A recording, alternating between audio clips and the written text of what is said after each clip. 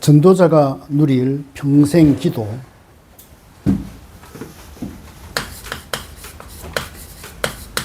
전도자가 누릴 평생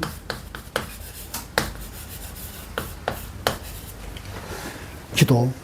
크게 나누면 믿음의 내용이 무엇인가? 믿음의 내용.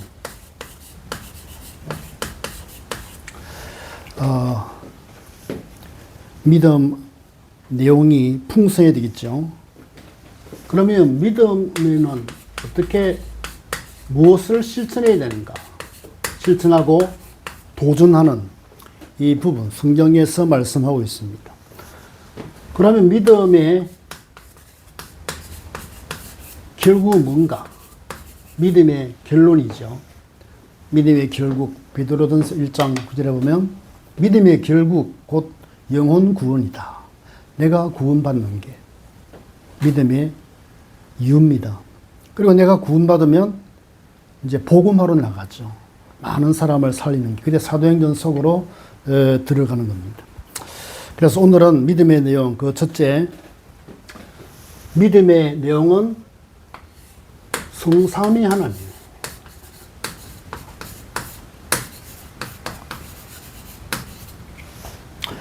하나님으로 가득한 사람의 믿음 좋은 겁니다. 불신자들은 나와 다른 것으로 가득 차 있습니다. 하나님이 없어요. 그러나 구원받은 하나님의 자녀는 믿음의 실체, 하나님으로 가득한 사람입니다. 하나님을 사모하고, 하나님을 추구하고, 하나님을 닮아가려고 그러고, 하나님의 그 형상을 닮아가는, 그게 믿음이 정말 좋은 거고 풍성한 거죠. 자, 그러면 하나님은 성부 하나님. 성부 하나님은 창세기 1장에 보니까 1장에서 3절에 보면 태초에 하나님이 천지를 창조하시니라. 그러면서 말씀으로 세상을 이렇게 창조하는 것이 나옵니다. 그래서 성부 하나님은 항상 말씀으로 우리에게 역사하시고 임재하시죠. 요한복음 1장 1절에 보니까 태초에 말씀이 계시니라. 태초에 말씀. 그 말씀이 우리에게 구체적으로 나타난 것이 그리스도지요. 그래서 성부 하나님이 말씀으로 내 안에 역사해 주옵소서 기도해야 됩니다.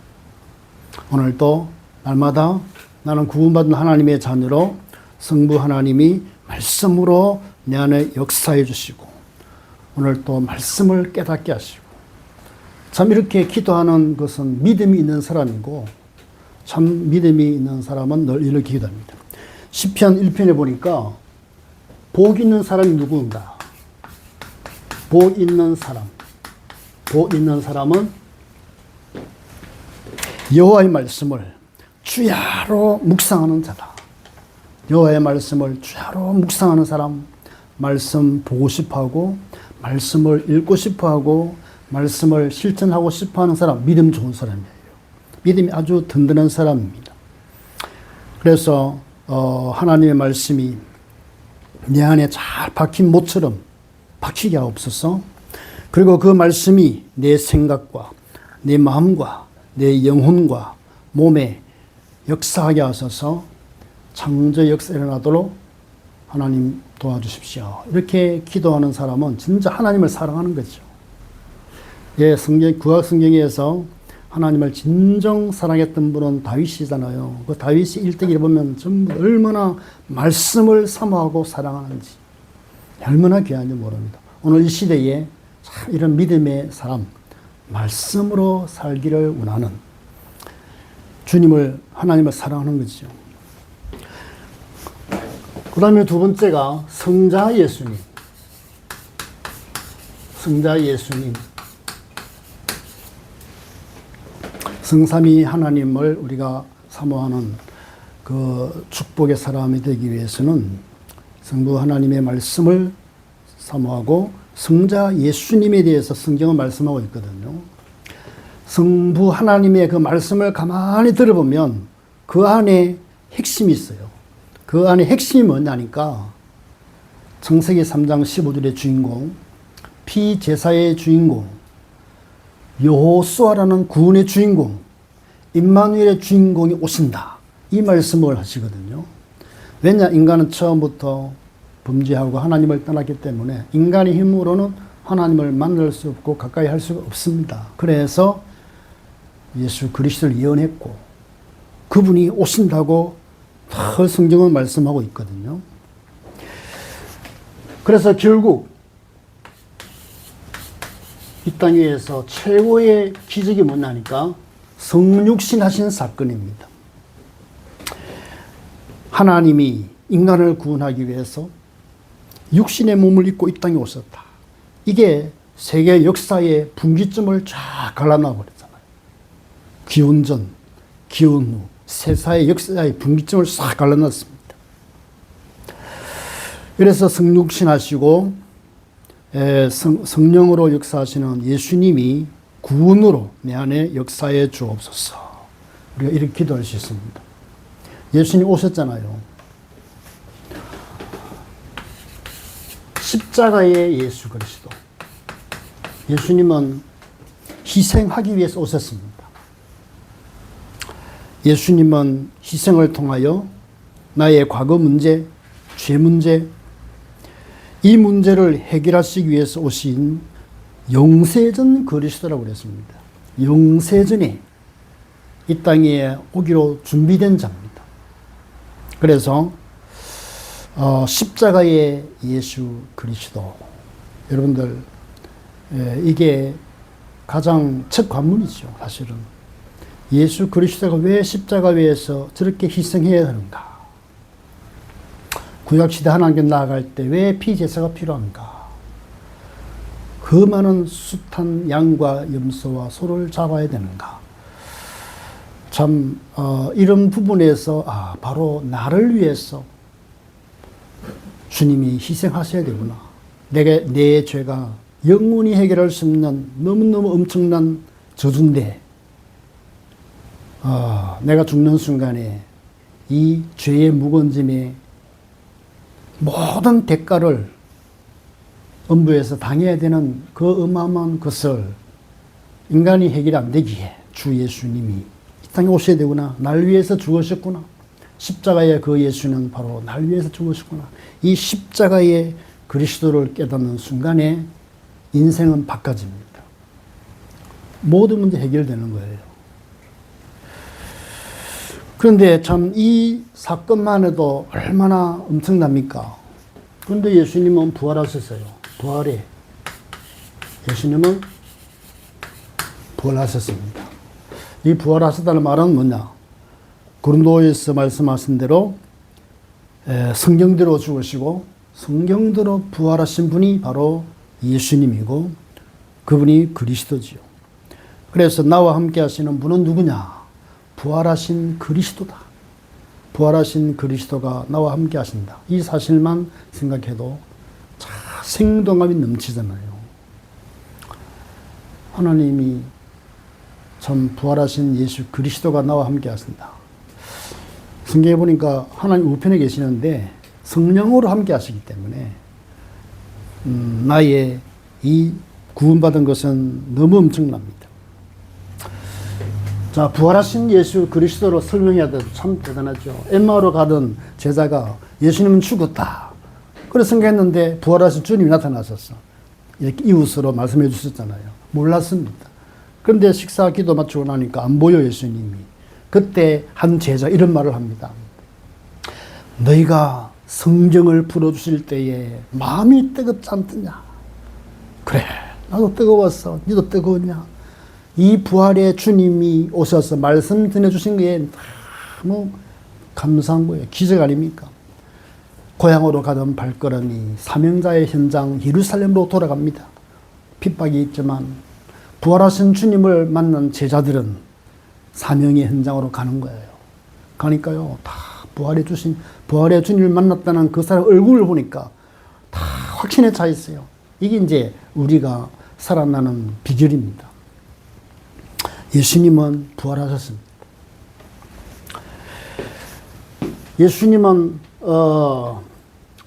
성령으로 역사하십니다. 성령으로. 그렇죠. 왜 성령으로 역사해야 되느냐? 이 땅 위에는 사단과 재앙과 지옥 병이 꽉 차 있는데 여기에서 나를 건지시는 분은 바로 하늘과 땅의 권세를 가지신 주님입니다.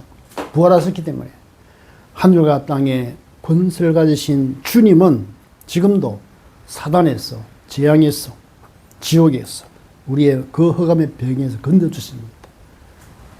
예수님은 성령으로 역사하십니다. 그리고 예수님은 이제 심판주로 오신다고 그랬습니다. 재림주로 오시죠. 나의 미래를 책임지시고 배경 되시는 주 예수님은 재림주로, 심판주로 그리스도께서 오십니다. 그때까지 우리는 참 이렇게 믿음으로 살아가야 되겠죠. 우리가 성삼위 하나님으로 가득한 믿음의 사람이 되려면 본격적으로 성령 하나님을 잘 깨닫고 알아야 됩니다. 지금은 성령 시대잖아요. 성령님이 누구신가? 한번 생각해 보셨습니까? 성령님은 어떤 분이냐? 한마디로 말하면요, 성령님은 인격적인 분이에요. 인격적인 분. 이게 참 중요한 것 같아요. 하나님의 형상으로 지음받은 인간은요, 바로 하나님을 닮아가는 게 가장 바른 인격이고, 이 인격을 구체화시켜서 우리에게 적용시켜주는 분은 바로 성령님입니다. 성령님은 우리가 인격적인 분이세요. 인격적이라 그럴 때에 사람처럼요, 지식이 있고, 감정이 있고, 의지가 있잖아요. 성령님도 바로 그런 분입니다. 그래서 우리가 성령으로 계속 충만하면 이상하게 정상이 되고 하나님을 닮아가지고 뭔가 참 믿음의 사람이 바로 저런 분이구나. 하나님 함께하는 분은 바로 저런 분이구나. 성령님은요, 지식이 있어요. 성경에 보니까 하나님의 깊은 것이라도 통달하시는 분이 성령님입니다. 하나님의 깊은 것도 다 통달하시는 분이고 우리를 너무 잘 아시는 분입니다. 우리의 과거, 현재, 미래 모든 걸 아시고 우리와 함께 하시기 때문에 이 성령님과 상담받으면 돼요. 보혜사니까. 성령님께 물어보세요. 하나님의 자녀는요, 너무 쉽게 이 성령님과 대화하면요, 그분은 우리에게 피드백을 통해서 다 말씀해 주시고요. 저는 기도하면 금방 답이 오더라고요. 가족을 통해서 말하는 가만히 들어보면요, 기도했던 그게 그대로 그들 입을 통해서 나와요. 그래서 뭐 별로 어렵지 않게 성령께서는 나에게 말씀해 주신다. 지식이 있는 분입니다. 그리고 성령님은요, 감정을 가지신 분이잖아요. 인격된 분이니까. 성경에 보면 성령을 근심케 하지 말라 그랬잖아요. 성령님이 때로는 근심하셔요. 때로는 슬퍼하셔요. 때로는 안타까워하시고 너무 애타하셔요. 그런데 밀어내가지고 못 깨달으면요, 하나님 앞에 하소연해요. 성령님이 그런 분이라니까요. 그런데 정신 차리더니만 믿음의 본론으로 탁 들어가는 거예요. 그 사람 미션을 찾는 거예요. 얼마나 기뻐하는지 다 성령님이 기뻐합니다. 성령님 이런 게 감정이 있어요. 여러분들 우리 성령님을 슬퍼하게 하지 마시고 말이라도 하나님은 살아계십니다. 고백하세요. 하나님은 나와 함께 하십니다. 말씀을 통해서 그렇게 하면요, 그것도 기뻐하십니다. 괜히 막 이상한 말을 하고 이상한 생각하고 괜히 불신하고 막 자정하고 막 이러면요, 그게 현실적으로 맞을지 모르지만 성령님은 근심하셔요. 하나님의 자녀 아니야.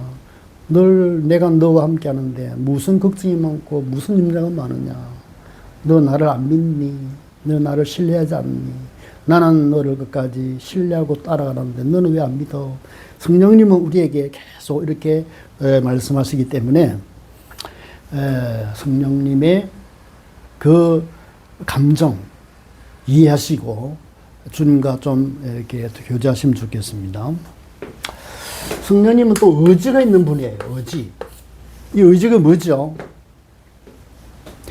바울이 아시아에서요, 소아시아에서 주로 활동했는데, 아시아 쪽으로 가려고 애를 썼어요. 다시 말하면 성경에 보니까 비두니아로 가고자 애쓰되 성령이 허락지 아니하시니라.